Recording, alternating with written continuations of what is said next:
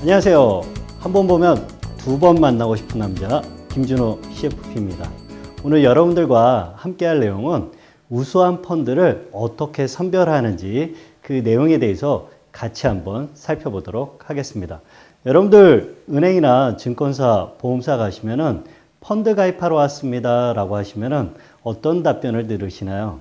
아마 대부분 엑셀 시트를 가지고 거기 하는 펀드를 여러 개를 다 설명을 들으실 겁니다. 그 중에서 추천하는 펀드를 가입하시게 되는데요. 어떻습니까? 잘 알고 가입하십니까? 잘 모르고 가입하십니까? 과연 이게 좋은 펀드인지 나쁜 펀드인지 잘 모르시고 그리고 대부분 가입하시게 된다는 겁니다. 그래서 오늘은 여러분들과 함께 어떻게 좋은 펀드와 나쁜 펀드를 선별해내는지를 같이 한번 살펴보도록 하겠습니다. 우선 펀드를 고를 때는 세 가지의 성과지표라는 것을 봐야 된다는 겁니다. 성과지표란 뭐냐? 우리 학교 다닐 때 어땠습니까? 성적이 우수한 친구가 있었고 나쁜 친구. 어떤 걸로 나옵니까? 성적표로 나오죠. 펀드도 똑같이 이 성적표를 통해서 우수한 펀드인지 나쁜 펀드인지를 구분할 수 있다는 겁니다. 거기서 가장 여러 개의 성과지표가 있지만은 그 중에 핵심이 되는 것 세 가지를 통해서 어떻게 좋은 펀드를 고르는지를 같이 한번 살펴보도록 하겠습니다. 먼저 그 첫 번째 지표는 요 표준 편차가 있고요. 두 번째는 샤프 지수가 있고요. 하나는 베타 지수라고 이야기를 합니다. 여러분들 이 세 가지 지표 도대체 잘 모르시겠죠? 펀드도 모르겠는데 지표를 하려니까 더 모르실 겁니다. 그래서 이 펀드 지표를 하나하나씩 설명을 드리도록 하겠습니다. 먼저 이 표준 편차는 어떤 의미냐? 위험에 대한 변동폭을 이해를 하시면 될 것 같습니다. 우선 표준 편차가 1인 펀드가 있습니다. 그러면 어떻습니까? 표준 편차는 0을 기점으로 위아래로 1씩 벌어지는 걸 얘기하는 거고요. 표준 편차가 2다. 그러면은 위로 2씩 변동폭이 커진다라는 겁니다. 그럼 여러분들 간단하게 생각해서 표준 편차가 크면 클수록 변동폭이 큽니까? 작습니까? 네, 맞습니다. 당연히 표준 편차가 커지겠죠. 그래서 우수한 펀드를 고를 때는 이 표준 편차가 높아야겠습니까? 낮아야겠습니까? 당연히 낮은 게 가장 좋겠죠. 낮고 수익률이 높은 게 가장 좋은 펀드라고 할 수 있습니다. 가령 똑같은 1이라는 표준 편차가 가진 펀드가 있는데 A 펀드의 경우는 수익률이 10%고 B 펀드의 경우는 5%라고 가정해 보도록 하겠습니다. 어떤 펀드가 가장 우수할까요? 네, 여러분 정답 맞추셨습니다. 바로 같은 표준 편차라면 수익률이 높은 게 훨씬 더 운용을 잘한다라고 생각하겠죠. 그래서 표준 편차는 만약에 똑같거나 아니면 낮은 게 가장 좋고요. 그 중에 수익률이 더 높은 펀드를 선택하시면 된다는 겁니다. 다음으로 샤프 지수인데요. 샤프 지수는 일명 고도리 지수라고 얘기를 합니다. 어떻습니까?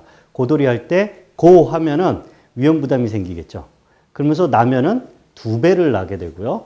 만약에 못 나게 되면 어떻습니까? 우리 도박판의 그 고스톱의 용어처럼 피박을 쓰게 되세요. 그럼 어떻습니까? 위험을 얼마만큼 감당을 해서 성과를 내냐의 성과지표, 수익률 성과지표라고 생각하시면 되고요. 그래서 이 샤프 지수는 어떻습니까? 마이너스 1인 게 있고요. 그냥 1인 게 있습니다. 그러면 차이는 어떤 걸까요? 얘는 고도리 하다가 고를 했는데 마이너스 수익이 난 겁니다. 일명 피박 쓴 거고요. 얘는 1입니다. 그럼 어떻습니까? 고를 했더니 점수를 난 겁니다. 뭐 위험 대비 수익률이 낮으니까 요 1이 훨씬 더 샤프 지수가 높겠죠. 그러면 어떻습니까? 성과가 더 좋다라고 표현할 수 있겠죠. 그래서 샤프 지수를 선택을 하실 때 항상 플러스여야 되고요. 숫자가 높은 거를 선택하시면 샤프 지수, 좋은 펀드를 선택하신다고 이야기 드릴 수 있습니다. 다음에 이제 베타 지수라는 게 있는데요. 베타 지수는 민감도라고 표현할 수 있습니다. 여러분 한번 생각해 볼게요. 코스피 지수가 가령 10%가 올랐습니다. 내가 가입한 펀드가 10% 올랐다라고 하면 어떻게 될까요? 네, 그거는 베타 지수를 1로 봅니다. 시장과 민감도가 동일할 때 그 베타 지수를 1로 평가를 하게 됩니다. 근데 이 펀드의 베타 지수가 2라고 할 수도 있습니다. 뭐 어떤 뜻이냐? 코스피 지수가 10% 오를 때 내 펀드는 2이기 때문에 20% 올랐다라는 겁니다. 만약에 내 가입한 펀드가 베타 지수가 0.5다. 그러면 시장이 10% 올랐다면은 내 펀드는 5%뿐이 오르지 않았다라는 겁니다. 그렇다면 민감도는 2가 높습니까? 0.5가 높습니까? 당연히 시장의 민감도는 2가 훨씬 더 높을 겁니다. 그럼 이거를 어느 때 경기 상황에 맞춰서 펀드를 가입했냐? 주가가 막 오르고 있습니다. 그러면 민감도를 높은 걸 선택해야 될까요? 낮은 걸 해야 될까요? 당연히 높은 걸 해야 초과 수익률을 올릴 수 있겠죠.